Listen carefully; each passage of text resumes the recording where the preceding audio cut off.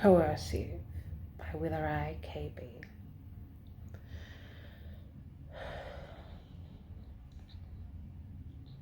I did not even know the term coercive control all the way back then. I didn't understand the depth of a white private school girl's trauma and all the ways she climbed invisible social ladders by being seen in my bed. All the ways a church-bred girl can climb inside a black girl's head. I must admit, I never was the normal teacher's pet. I was one that would teach with every black word I said.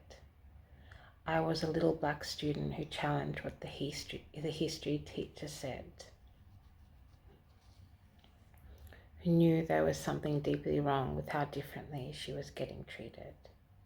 I am a black woman who makes the scared, scarred skins of systems of oppression shed.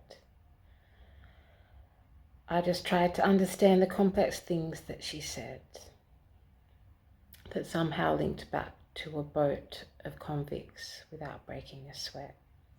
So many women are haunted by what their fathers once said. Looking back, I want to cry for all the years poorly spent, all the time I was compared to all the ways a proper civilized female went, subconsciously boxed into a fetish of my caramel brown genetic context, pinned to a place between sober and speaking, only allowed in the spice rack that made my white lovers look more conscious. The Greek lover who saw only the admiring looks wherever we went. The French redhead who was nervous I'd talk about my people's truth over the pavlova cake and vanilla candle scent. The Jewish lover who had me be her nursemaid until she felt strong enough again, and where all these histories sit in all these love affairs. How many mixed feelings within me about those carelessly rolled in the hay with. What unsealed parts of my identity made bright pink targets where tiny kisses went? What am I if I am not the shiniest Aboriginal because of all this timeshare? With my paint-splattered overalls, my father's charm, with my hair length. The biggest taboo and fantasy was to lay where the slaves slept. Nina called it forbidden fruit, and my sibling points out the black of the berry, the sweet of the juice. I sadly fell in the uniquely civilized category of black velvet.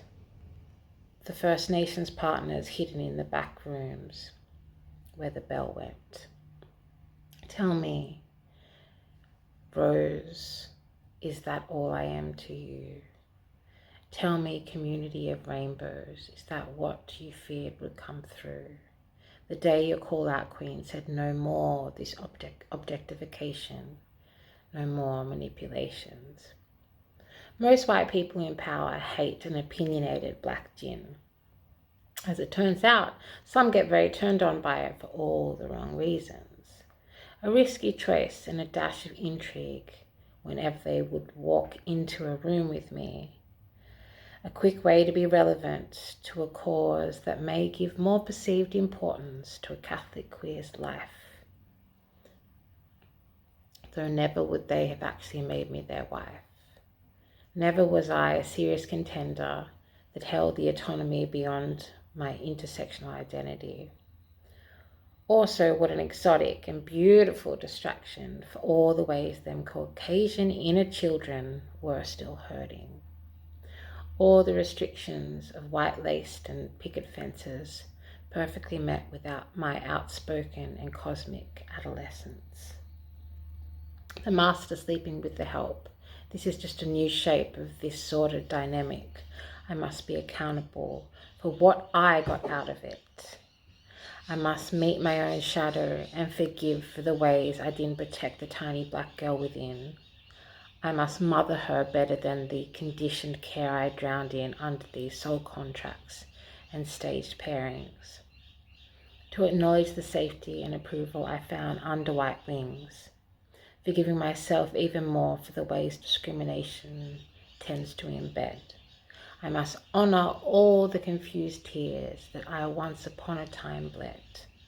So I took myself out of the empire's game, and I cast a spell to protect from any more shame. The irony is that this confidence was what caught their eye in the first place. Maybe they all thought we were just a flash in the pan, that I was just a cute little detour in a 10 to 12 year plan.